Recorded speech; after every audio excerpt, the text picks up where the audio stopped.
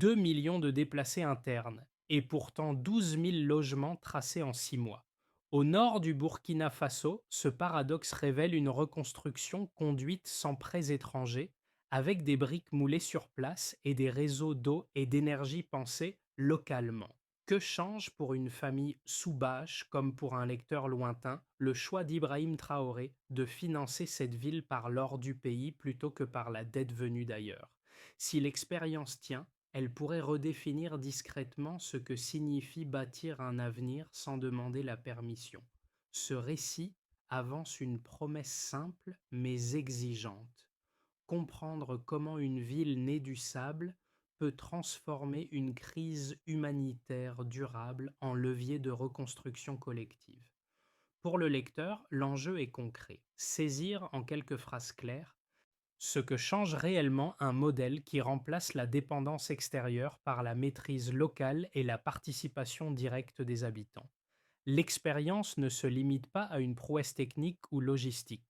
Elle redéfinit les rapports entre institutions, citoyens déplacés et territoires, longtemps considérés comme périphériques ou perdus. À mesure que les logements sortent de terre, une autre dynamique se joue. La reconstruction matérielle devient un test de confiance, de gouvernance et de cohésion sociale. Le risque demeure tangible, car l'échec d'une telle initiative fragiliserait encore davantage des populations déjà éprouvées. Mais la possibilité inverse existe tout autant. Si le pari tient, il pourrait offrir un précédent discret mais puissant pour d'autres sociétés confrontées à l'urgence, au manque de ressources et à la fatigue de l'aide internationale. 6 mois après la décision initiale, les images aériennes montrent plus de 12 000 logements déjà tracés dans le nord du Burkina Faso. Face à eux, près de 2 millions de personnes déplacées internes cherchaient encore un refuge stable dans un pays au bord de la saturation humanitaire. C'est dans cette tension chiffrée, volume construit contre masse déracinée, que se déploie l'expérience impulsée par Ibrahim Traoré. Le projet ne naît pas dans un vide politique ou humanitaire, mais dans un contexte d'urgence prolongée où villages vidés, villes saturées et camps improvisés constituaient la norme. Les ONG décrivaient une crise persistante, tandis que les institutions internationales multipliaient les rapports et diagnostics sans parvenir à accélérer la réponse matérielle. Derrière ces lenteurs, un facteur revenait constamment: la dépendance à des dispositifs extérieurs, fragmentés, conditionnels et souvent déconnectés du rythme réel des déplacements. Le point de départ est clair. Avant le lancement du chantier, des centaines de milliers de familles vivaient sous des bâches, sans accès durable à l'eau, à l'électricité ou à l'école. Les services essentiels étaient étirés jusqu'à la rupture, et chaque nouvel afflux accentuait la pression sur des infrastructures déjà fragiles. Dans ce cadre, toute solution reposant uniquement sur l'aide internationale risquait de rester insuffisante par son tempo même. Le basculement intervient lorsqu'un choix politique est posé: considérer les terres reprises aux groupes armés non comme des zones tampons, mais comme des espaces civiques à reconstruire. Cette décision, les portée sous l'impulsion d'Ibrahim Traoré, transforme une carte militaire en carte sociale. Elle ouvre la possibilité d'un chantier strictement national, financé par des ressources locales et opéré par une coopération continue entre génie militaire, civil et déplacés eux-mêmes. À ce stade, la question initiale se précise: comment ce renversement peut-il produire des effets visibles aussi rapidement sans recourir aux mécanismes habituels de l'aide extérieure? Pour mesurer la portée du projet, il faut quitter les chiffres et regarder ceux qui le portent physiquement, bien avant les discours officiels. Sur le chantier, les trajectoires individuelles servent de boussole pour comprendre l'impact précoce de la reconstruction. Un ancien agriculteur, déplacé après l'attaque de son village, et apprend à manier la truelle sur une ligne de fondation encore humide. Ses gestes sont d'abord hésitants, puis s'affermissent quand les ingénieurs du génie lui montrent comment aligner une brique pour qu'elle dure. Dans ce mouvement simple, une première transformation apparaît. Un homme sans terre retrouve une fonction, puis une utilité. Un peu plus loin, une femme ayant perdu son mari transporte des briques moulées sur place. Elle n'avait jamais travaillé sur un chantier, mais sait désormais reconnaître la bonne densité d'un mélange et la solidité d'un séchage. Pour elle, l'apprentissage dépasse la technique. Il devient une manière d'exister autrement que sous l'étiquette de déplacé vulnérable. Ce glissement identitaire, de la survie à la participation, constitue l'un des effets immédiats les plus marquants. À proximité, un adolescent orphelin conduit un petit bulldozer sous supervision. Le bruit de la machine symbolise la possibilité d'un avenir qui ne soit pas dicté par l'errance. À travers ces silhouettes, le chantier apparaît moins comme un site de construction que comme un espace de réapprentissage social. Chacun y retrouve un rôle, un réseau minimal d'entraide et une projection possible. Le résultat dépasse les murs. La reconstruction matérielle devient un levier de dignité retrouvée, où l'impact le plus précoce n'est pas le logement, mais la réactivation du lien social. L'enchaînement commence par une décision qui paraît presque technique, mais dont les effets sont politiques et sociaux. Au début de la saison des pluies, les unités du génie militaire reçoivent l'ordre de se mobiliser non pour sécuriser, mais pour construire. Et ce moment marque un avant et un après, car il substitue aux patrouilles armées une logique de reconstruction active. Sous l'impulsion d'Ibrahim Traoré, les zones reprises aux groupes armés cessent d'être pensées comme des marges instables et deviennent des espaces civiques à investir. La phase d'activation est rapide. Les bulldozers avancent sur d'anciennes bases, escortés cette fois par des soldats munis de plans plutôt que d'armes. Les premiers jours sont consacrés au nivellement, au traçage des rues et à la préparation des canaux d'irrigation destinés à prévenir les inondations. Cette organisation méthodique crée un socle logistique sans lequel rien ne pourrait suivre. Les civils, déplacés pour la plupart, sont intégrés dès le départ aux équipes, non comme bénéficiaires passifs, mais comme main-d'œuvre formée sur place. Vient ensuite la montée en intensité. Les fondations des quartiers pilotes sont posées à un rythme régulier, malgré la saison humide. Les ateliers de briques fonctionnent en continu, utilisant des matériaux locaux et recyclés. Les convois quotidiens acheminent ciment, panneaux solaires, métal et outils, créant un flux stable qui évite les ruptures habituelles des chantiers humanitaires. Cette continuité donne l'impression d'une ville qui se lève sans à-coups, presque en temps réel. Le point culminant survient avec le passage à la visibilité publique. Les premières images aériennes circulent et sur les réseaux locaux. Alignement de toits, réseaux électriques en maillage, rues clairement dessinées. Ces séquences, relayées par la diaspora, produisent un effet psychologique immédiat. Le projet cesse d'être une annonce politique pour devenir une réalité mesurable. Les familles aux déplacés commencent alors à se porter volontaires, demandant explicitement à participer et à s'installer. La phase de retombée n'est pas un ralentissement mais une stabilisation. L'ouverture de la première école agit comme un signal durable. Bâtiment simple mais fonctionnel, elle incarne le passage du provisoire au projeté.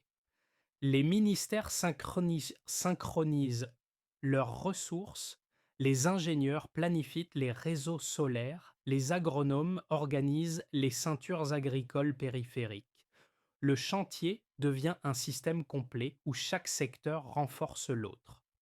Au centre de cette séquence, Ibrahim Traoré joue un rôle de catalyseur. Il n'intervient pas dans les détails techniques, mais fixe une règle constante. Pas de prêts étrangers et pas de sous-traitance internationale. Cette ligne maintient la cohérence du processus et empêche la dilution des objectifs.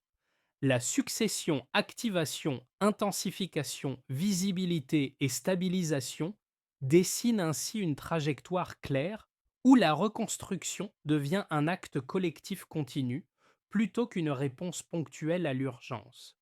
Le point de départ chiffré est brutal et sert de référence à toute lecture ultérieure. Avant le lancement du chantier, le Burkina Faso comptait près de 2 millions de personnes déplacées internes, dont une majorité sans accès comme stable tchadusien, à l'eau potable, à l'électricité ou à un abri durable. Cette situation n'est pas un symbole abstrait. Elle mesure l'ampleur d'une crise sociale où chaque nouvelle vague de déplacement accentuait la pression sur des infrastructures déjà fragilisées, rendant toute réponse lente immédiatement insuffisante. 6 mois après l'activation du projet, un premier écart apparaît clairement. Plus de 12 000 logements ont été construits ou tracés avec accès aux équipements de base. Pris isolément, ce chiffre peut sembler modeste face à l'ampleur du besoin initial. Mais replacé dans le contexte du rythme, il devient significatif. La cadence de construction, maintenue sans prêts internationaux ni opérateurs étrangers, montre que la capacité locale peut dépasser les anticipations formulées dans de nombreux rapports humanitaires. Un troisième indicateur complète ce tableau. Environ 4 000 emplois ont été créés autour du chantier, dont près de la moitié occupés par d'anciens déplacés. Là encore, la valeur de ce chiffre ne réside pas uniquement dans son volume. Il marque un changement de statut. Le bénéficiaire devient contributeur, la personne déplacée devient technicien et l'assistance se transforme en production. Ce basculement réduit mécaniquement la dépendance à l'aide extérieure tout en réinjectant des revenus dans l'économie locale. Ces trois repères, déplacés, logement, emploi, forment une structure lisible. Ils montrent un passage progressif d'une logique de survie à une logique de stabilisation. Les logements ne sont pas de simples unités construites, ils deviennent des noyaux sociaux où se recomposent les pratiques quotidiennes.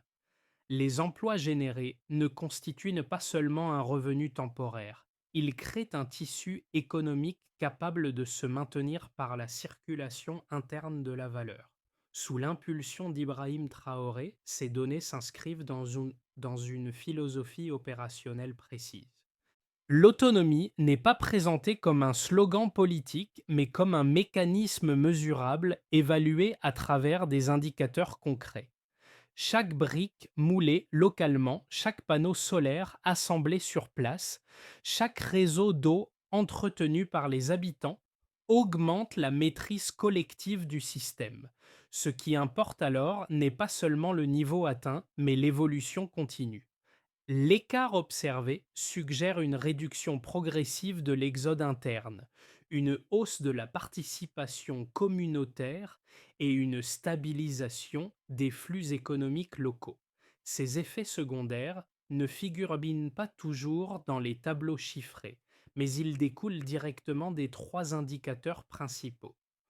Ensemble, ils confirment que la reconstruction peut produire des résultats tangibles sans passer par les circuits habituels de financement extérieur, à condition que la mobilisation locale reste constante. Deux critiques principales émergent dans les cercles diplomatiques et chez certains analystes étrangers lorsqu'ils observent l'expérience menée au Burkina Faso. La première concerne le risque d'isolement. Selon cette lecture, un projet d'une telle ampleur conduit sans supervision internationale pourrait limiter la transparence, accroître la marge d'erreur institutionnelle et fragiliser la capacité du pays à absorber des chocs économiques futurs. L'autonomie financière dans ce cadre serait moins une force qu'une contrainte si les ressources nationales venaient à fluctuer. La seconde critique vise la place du génie militaire dans le processus. Pour ces détracteurs, une ville coordonnée par des unités militaires pourrait masquer une centralisation excessive du pouvoir. Ils redoutent qu'un modèle présenté comme participatif ne devienne, avec le temps, un outil de contrôle vertical où l'implication des habitants servirait surtout de façade narrative. Cette crainte s'appuie sur des précédents régionaux où des projets civils ont progressivement renforcé l'emprise de l'État au détriment des dynamiques locales. Ces arguments méritent d'être pris au sérieux car ils pointent des vulnérabilités réelles. Toutefois, les éléments observables sur le terrain invitent à nuancer fortement ces hypothèses. D'abord, la gouvernance locale repose sur des conseils de quartier composés de femmes, de jeunes et d'anciens déplacés. Ces instances débattent publiquement des priorités immédiates, qu'il s'agisse de l'emplacement d'une école ou de la gestion de l'eau. Les décisions ne descendent pas par chaîne hiérarchique, mais émergeant de délibérations visibles et documentées. Ensuite, les flux financiers sont audités par des institutions nationales indépendantes, ce qui réduit les zones d'opacité souvent associées aux grands programmes humanitaires. Enfin, l'implication quotidienne des habitants dans la maintenance des infrastructures agit comme un contrepoids structurel à toute tentative de recentralisation. Un espace strictement contrôlé par l'État génère rarement un tel niveau de participation continue. Dans ce cadre, le rôle d'Ibrahim Traoré apparaît moins comme celui d'un gestionnaire central que comme celui d'un garant de la cohérence politique. La solidité du modèle dépend donc moins de l'absence d'acteurs extérieurs que de la persistance des mécanismes participatifs déjà enclenchés. À ce stade du chantier, un glissement décisif s'opère, souvent invisible dans les chiffres, mais perceptible dans les usages quotidiens. Ce qui avait commencé comme une solution à une urgence humanitaire cesse progressivement d'être perçu comme un dispositif exceptionnel. Les quartiers en construction deviennent des unités vivantes capables d'absorber, d'organiser et de projeter des populations autrefois condamnées à l'attente. La reconstruction ne corrige plus seulement un manque, elle produit une forme nouvelle de normalité. Cette bascule tient à un principe simple, souvent répété sur le terrain, et publiquement relayé par Ibrahim Traoré. Une maison n'est pas seulement un abri, mais un facteur de stabilisation sociale. Chaque toit posé réduit la vulnérabilité collective plus durablement qu'un mécanisme de gestion de crise. À partir de là, les dynamiques locales changent d'échelle. Les familles plantent des arbres autour des habitations, des bénévoles entretiennent les points d'eau, des jeunes organisent la distribution de l'électricité solaire. Ces initiatives ne sont pas coordonnées depuis le sommet. Elles émergent parce que l'espace bâti permet enfin la continuité des gestes ordinaires. Le chantier cesse alors d'être perçu comme un projet de l'État. Il devient un prototype actif de cohésion civile où la participation quotidienne remplace l'assistance ponctuelle et où la stabilité se construit par l'usage plutôt que par la seule planification. Les effets du projet deviennent pleinement lisibles lorsqu'on les observe à travers quatre groupes distincts, chacun touché selon une logique propre mais interdépendante. Pour l'État burkinabé, la transformation est d'abord opérationnelle. Les institutions, longtemps perçues comme éloignées du terrain, retrouvent une légitimité par l'action. Les agents publics, les ingénieurs et les unités du génie travaillent dans un cadre commun sans médiation extérieure. Ce rapprochement réduit l'écart entre décision et exécution et renforce la confiance des foyers réinstallés qui constatent une présence concrète et continue. Pour les entreprises nationales, le chantier agit comme un accélérateur. Les ateliers de briques, les petites fonderies et les unités solaires fonctionnent à plein régime. Le choix de ne pas importer massivement de matériaux favorise la circulation interne de la valeur et consolide les capacités des PME locales. Cette dynamique crée un écosystème productif où l'innovation pratique, recyclage du métal, standardisation des modules, optimisation des mélanges devient un savoir partagé. Les entreprises y gagnent en autonomie face aux fluctuations extérieures et peuvent investir dans des filières plus durables. L'impact le plus profond se joue toutefois du côté des citoyens réinstallés. Disposer d'un logement stable, d'une école et d'un accès à l'eau recompose progressivement la vie quotidienne. Les anciens déplacés ne se définissent plus uniquement par la perte, mais par leur contribution active. Les jeunes accèdent à des formations en travaillant sur les chantiers. Les femmes prennent part aux conseils de quartier et les aînés deviennent des référents pour les nouvelles familles. Ce tissu relationnel, né de l'usage partagé des infrastructures, neutralise en partie les traumatismes accumulés et restaure une continuité sociale minimale. À l'échelle régionale, enfin, le projet suscite une attention croissante. Des délégations venues du Mali, du Niger ou de la Guinée observent le fonctionnement du modèle, confrontés à des défis similaires de déplacement et de fragilité institutionnelle. Cette curiosité crée une émulation politique où la souveraineté n'est plus seulement un discours, mais un processus observable. Les chancelleries étrangères restent prudentes, mais reconnaissent la portée symbolique d'un précédent construit sans recours systématique à l'aide internationale. Dans cette articulation à quatre niveaux, le rôle d'Ibrahim Traoré se lie en filigrane. Il ne centralise pas les effets, mais fixe une orientation qui permet leur convergence. La conséquence la plus tangible n'est donc pas seulement la ville bâtie, mais la reconfiguration simultanée des relations entre institutions, économie, citoyens et régions. À partir des dynamiques observées, trois trajectoires plausibles se dessinent pour les 6 à 12 prochains mois. Elles ne cherchent pas à prédire l'avenir, mais à baliser les marges d'évolution d'un modèle désormais engagé et observé. Dans le scénario de base, le plus probable, si les conditions actuelles se maintiennent, la cadence de construction reste stable. Les logements déjà livrés constituent un socle fonctionnel et l'extension progresse de manière contrôlée. Les infrastructures essentielles, écoles, cliniques, réseaux d'eau et énergie solaire, s'articulent progressivement avec les initiatives citoyennes.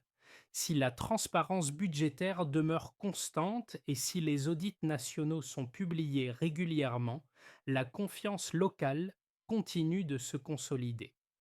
Dans ce cadre, la ville s'installe comme une solution durable à moyen terme, sans rupture majeure ni accélération spectaculaire. Le scénario optimiste repose sur un effet d'entraînement. La stabilisation rapide encourage d'autres provinces à adopter des variantes du modèle. Les échanges techniques s'intensifient avec les pays voisins intéressés et des corridors économiques régionaux fondés sur la production locale émergent.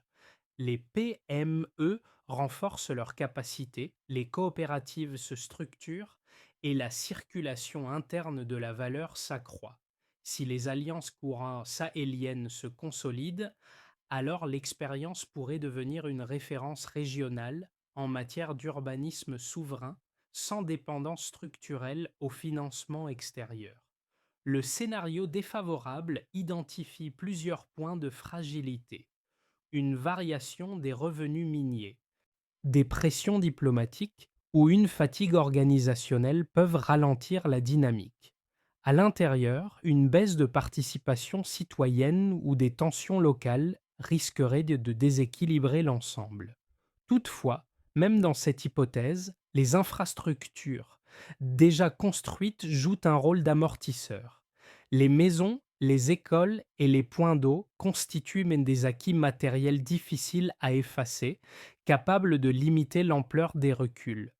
Dans les trois cas, un principe commun ressort: la viabilité du modèle dépend moins du volume de béton posé que de la continuité des mécanismes participatifs.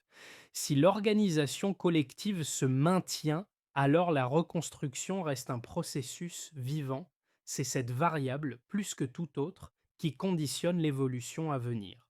Comprendre la ville de la Renaissance, ce n'est pas seulement analyser une politique publique ou une stratégie de reconstruction. C'est aussi interroger la manière dont chacun, lecteur ou observateur lointain, perçoit un pays souvent résumé à des titres anxiogènes. Les expressions qui circulent donc dans l'actualité internationale prennent ici une autre densité, car elles renvoient moins à des déclarations qu'à des transformations visibles dans la vie ordinaire. Pour un public extérieur, l'impact se joue sur plusieurs plans. D'abord, la rupture avec une vision figée du Burkina Faso, trop souvent associée uniquement à la violence ou à l'instabilité.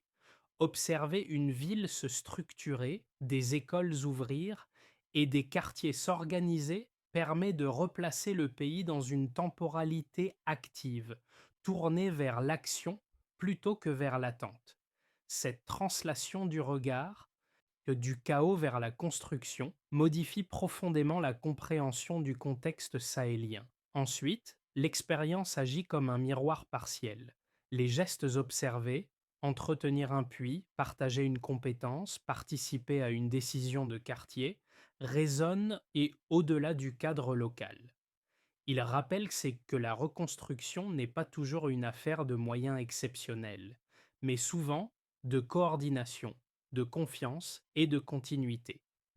Même à petite échelle, ces principes trouvent un écho dans d'autres réalités sociales. Enfin, le récit touche par sa dimension humaine. Les trajectoires individuelles, déjà esquissées, donnent chair à des chiffres souvent abstraits. Elles invitent le lecteur à dépasser la distance géographique pour s'interroger sur sa propre relation à la solidarité, à l'autonomie et à l'action collective. Ce déplacement intérieur constitue l'un des effets les plus durables du projet. Transformer l'information en compréhension et la compréhension en réflexion active. Pour que la dynamique engagée se stabilise dans la durée, plusieurs étapes doivent être structurées autour d'objectifs lisibles et mesurables. Il ne s'agit pas de réinventer le chantier, mais de consolider les mécanismes qui ont déjà démontré leur efficacité. La première étape consiste à transformer les 12 000 logements initiaux en référentiels opérationnels. Des audits techniques et sociaux réguliers doivent être rendus publics afin de maintenir la transparence qui constitue l'un des piliers du modèle soutenu par Ibrahim Traoré. Cette documentation continue permet d'identifier les points forts comme les limites, sans idéalisation. La seconde étape vise l'extension maîtrisée. Deux nouvelles zones de construction sont identifiées, chacune devant s'appuyer sur des brigades locales du génie civil. Ces équipes, composées de techniciens formés sur place, fonctionneront selon des plans trimestriels évaluant l'avancement, la qualité des structures et le niveau de participation communautaire. L'objectif est de décentraliser la capacité de bâtir sans perdre la cohérence d'ensemble. La troisième étape concerne l'approvisionnement. Les ateliers de briques et les unités solaires doivent être intégrés dans des partenariats publics-privés locaux afin de garantir la disponibilité des matériaux. Chaque région est appelée à disposer de son propre circuit d'approvisionnement, réduisant les coûts logistiques et renforçant l'emploi local. La performance est mesurée selon trois critères: autonomie matérielle, délai de livraison et durabilité des modules. Enfin, les conseils de quartier doivent devenir des relais institutionnels permanents. Leur rôle inclut la médiation, la formation et la gestion des ressources communes. 6 indicateurs guident l'évaluation globale: logement, éducation, santé, emploi, sécurité et cohésion sociale. Dans cette logique, la reconstruction cesse d'être un projet ponctuel pour devenir un processus gouvernable et transmissible. Lorsque l'on revient vers les figures rencontrées au début du chantier, la portée du projet apparaît avec plus de netteté que dans n'importe quel tableau de données. L'ancien agriculteur, la femme transportant les briques et l'adolescent au bulldozer ne sont plus perçus comme des victimes d'une crise prolongée. Ils incarnent désormais une dynamique collective où chacun retrouve une capacité d'agir, même limitée, mais concrète. Leur trajectoire raconte une reconstruction qui ne se mesure pas seulement en mètres carrés, mais en position sociale retrouvée.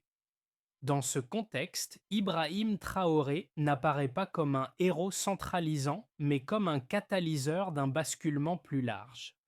En fixant un cadre politique clair et en laissant les usages s'installer, il permet à la ville de devenir un manifeste silencieux. Les habitants n'attendent plus une solution extérieure. Ils habitent, entretiennent et prolongent ce qui a été bâti. Cette appropriation progressive donne une épaisseur humaine à une décision initialement perçue comme technique. À mesure que les quartiers prennent forme, une mémoire nouvelle s'écrit. Chaque mur posé, chaque arbre planté, chaque classe ouverte ancre une certitude simple. La stabilité peut émerger là où l'on n'attendait que de la survie. Dans ce glissement discret réside la force émotionnelle du projet, bien au-delà de son périmètre géographique. La ville de la Renaissance n'est plus seulement un chantier, ni même un symbole national. Elle devient un miroir tendu à tous ceux qui observent le Sahel à distance, souvent à travers des récits de crise, d'échecs ou d'urgence permanente. Ce que montre cette expérience, c'est qu'une communauté peut se rassembler, organiser ses capacités et bâtir un espace où l'avenir cesse d'être une abstraction lointaine. La reconstruction n'y apparaît pas comme un miracle, mais comme une accumulation de choix cohérents et de gestes ordinaires. Ce récit invite à dépasser l'admiration passive. Suivre cette trajectoire, c'est s'interroger sur la manière dont des principes simples, coordination locale, participation, maîtrise des ressources, peuvent produire des effets durables même dans des contextes contraints. Chacun, selon sa position, peut y trouver une matière à réflexion, qu'il s'agisse d'actions publiques, de solidarité communautaire ou de lecture critique de l'actualité internationale. La question finale reste volontairement ouverte. Elle ne cherche pas à conclure, mais à prolonger le dialogue. Que deviennent nos sociétés lorsque l'on cesse de penser que l'impossible se situe toujours ailleurs, hors de portée, et que l'on commence à le construire pas à pas là où l'on se trouve?